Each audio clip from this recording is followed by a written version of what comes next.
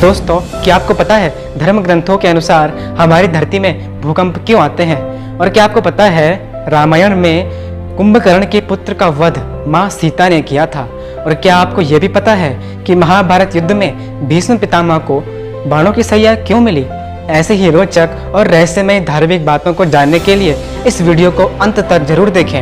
हम सभी ये सुनते आए हैं कि हमारी यह धरती, हमारी पृथ्वी शेषनाग के फन पर टिकी है, लेकिन कई लोग तो इसे केवल कोरी कल्पना मानते हैं। लेकिन हमारे हिंदू धर्म ग्रंथों में ये कहा गया है कि हमारी ये धरती शेषनाग के फन पर स्थित है, और जब भगवान शेषनाग अपना फन हिलाते हैं तब ही इस पृथ्वी पर भूकंप या प्रलय आता है। वास्तव में ब्रह्मा जी के निर्देश से ही शेषनाग का शरीर विद्युत ऊर्जा और चुंबकीय शक्ति में परिवर्तित हो गया और उसने पृथ्वी को चारों ओर से घेर कर अचला अर्थात एक स्थान पर स्थिर कर दिया। यही कारण है कि आज पृथ्वी हिलती नहीं है, बल्कि धरती के आंतरिक ऊष्मा के कारण उसका कोई कोई भाग हिलता है, जिसे भूकंप कहते हैं। और सबसे बड़ी बात तो यह है कि पृथ्वी जिस क्षेत्र पर है वह क्षेत्र दक्षिणी ध्रुव से सटा हुआ अति प्रबल ऊर्जा का क्षेत्र है, जो कि सर्प अर्थात सांप के आकार का है। आप सभी ने साइंस में यह तो पढ़ा ही होगा कि सन 1665 ईस्वी में एक वैज्ञानिक थे जिनका नाम था रॉबर्ट कोच।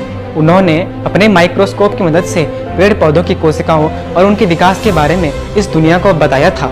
लेकिन क्या आपको पता है ऋषि पराशर ने पेड़ पौधों की कोशिकाओं और उनके निर्माण का अध्ययन रॉबर्ट कोच से 1600 साल पहले ही कर लिया था, और उन्होंने इसका एक अलग से ग्रंथ भी लिखा जिसे आज हम वृक्ष आयुर्वेद कहते हैं। दोस्तों, ये तो आप जानते ही हैं कि रामायण में रावण का एक भाई था कुंभकर्ण, लेकिन क्या आप ये भी जानते हैं कि उसका एक पुत्र था जिसे वह जंगल में छोड़ आया था? जी हाँ, आनंद रामायण के अनुसार कुंभकर्ण की पत्नी करकटी के गर्भ से एक पुत्र का जन्म हुआ था जिसका नाम था मुल्कासुर। मूल नक्षत्र में जन्म होने के कारण उसका नाम मुल्कासुर पड़ा, और अशुभ नक्षत्र में जन्म होने के कारण कुंभकर्ण ने उसे जंगल में छोड़ दिया, जहाँ उसे मधुमक्खियों ने पाला। और जब वह बड़ा हुआ और उसे पता चला कि कुंभकर्ण उसके पिता हैं, जो कि राम जी के हाथों युद्ध में मारे गए हैं, तो राम जी और विभीषण से अपने पिता की मौत का बदला लेने के लिए उसने तपस्या शुरू कर दी और ब्रह्मा जी से वरदान पाया कि कोई भी पुरुष उसका वध न कर सके। अब एक दिन वह एक ऋषि के आश्रम में गया और आश्रम में जाकर ऋषियों से अपने पिता के मृत्यु का शोक प्रकट करते हुए कहने लगा कि उस सीता चंडी के कारण ही मेरे पिता का वध हुआ है। अब सीता माँ के लिए यह बात सुनकर उन ऋषियों को क्रोध आ गया और उन्होंने उसे श्राप दे दिया कि उसी माँ सीता के चंडी रूप से ही तुम्हारा वध होगा। अब एक दिन मुल्कासुर ने विभीषण, जो कि लंका के राजा बन चुके थे, उन पर आक्रमण कर दिया, और तब विभीषण ने भगवान श्री राम को याद किया और फिर श्री राम और मुल्कासुर के बीच एक भयानक युद्ध हुआ। लेकिन राम जी के अस्त्र मुल्कासुर पर कोई भी प्रभाव नहीं डाल रहे थे।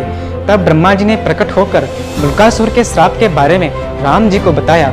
तब राम जी ने हनुमान जी और गरुड़ को पुष्पक विमान के साथ भेजकर सीता माँ को लाने को कहा, और फिर जैसे ही माँ सीता आई वैसे ही माँ सीता ने चंडी रूप धारण करके उस असुर का अंत कर दिया। दोस्तों, भीष्म पितामह, जो कि महाभारत युद्ध के सबसे मुख्य पात्र थे, उन्हें इच्छा मृत्यु का वरदान प्राप्त था। इसका मतलब ये हुआ कि वे अपनी इच्छा से ही मर सकते थे। उन्हें कोई भी नहीं मार सकता था जब तक उनकी स्वयं इच्छा ना हो। लेकिन आपने उनकी ये फोटो तो हमेशा देखी होगी जिसमें वे बाणों की सैया में लेटे हुए हैं। लेकिन क्या आप जानते हैं उन्होंने ऐसे ही लेटे हुए महाभारत युद्ध पूरा अंत तक देखा था, लेकिन उन्हें बाणों की सैया क्यों मिली?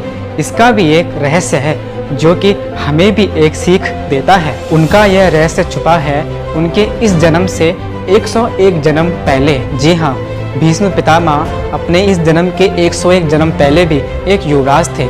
एक बार वे जंगल में शिकार करने जा रहे थे, तभी चलते चलते ऊपर पेड़ से उनके घोड़े के सिर पर एक कीड़ा नीचे गिर गया, और उन्होंने अपने बाण से उस कीड़े को उठाकर अपनी पीठ के पीछे फेंक दिया, जिससे वह कीड़ा एक कांटेदार वृक्ष पर जा गिरा, और उस कांटेदार वृक्ष के कांटे उस कीड़े की पीठ में धंस गए, क्योंकि वह पीठ के बल गिरा था। फिर वह उन कांटों से जितना निकलने की कोशिश करता उसमें वह उतना ही फंस जाता।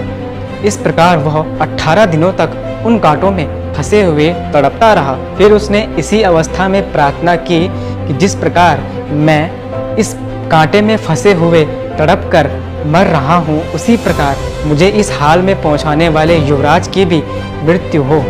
बस इसी कर्म फल के कारण भीष्म पितामह को 101 जन्म बाद बाणों की सैया मिली। अब आप कहेंगे इससे हमें क्या सीख मिलती है?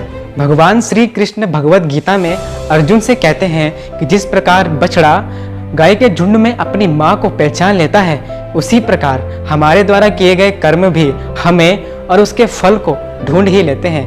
आज नहीं तो 101 जन्म बाद। अवश्यमेव भोक्तव्यम कृतम कर्म शुभाशुभम। दोस्तों, आपको तो पता ही है कि भगवत गीता जो कि भगवान श्री कृष्ण ने अर्जुन को महाभारत युद्ध के दौरान सुनाई थी, इसी समय धृतराष्ट्र जो कि कौरवों के पिता थे और जो कि अंधे थे और इसी कारण वे युद्ध में भाग नहीं ले पाए थे, वे भी अपने सेवक संजय से महाभारत युद्ध की हर एक जानकारी सुन रहे थे कि युद्ध में क्या चल रहा है और कैसे चल रहा है। तो जब भगवान श्री कृष्ण अर्जुन को गीता का ज्ञान दे रहे थे, तो संजय भी भगवान श्री कृष्ण से गीता का ज्ञान सुन रहे थे और संजय धृतराष्ट्र को सुना रहे थे। एक तरफ कृष्ण भगवान अर्जुन को सुना रहे हैं और दूसरी तरफ संजय वही गीता ज्ञान, वही श्लोक, वही शिक्षा धृतराष्ट्र को दे रहे हैं, धृतराष्ट्र को सुना रहे हैं। गीता के ज्ञान को समझा और सुना केवल अर्जुन ने और धृतराष्ट्र पर कोई भी प्रभाव नहीं पड़ा,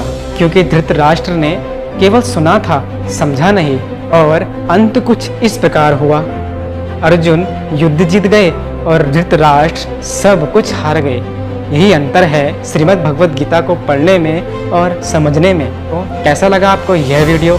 ऐसे ही रोचक और रहस्यमय धार्मिक जानकारी के लिए इस चैनल को सब्सक्राइब करें और अच्छा लगे तो लाइक और शेयर जरूर करें। तब तक के लिए जय श्री राम।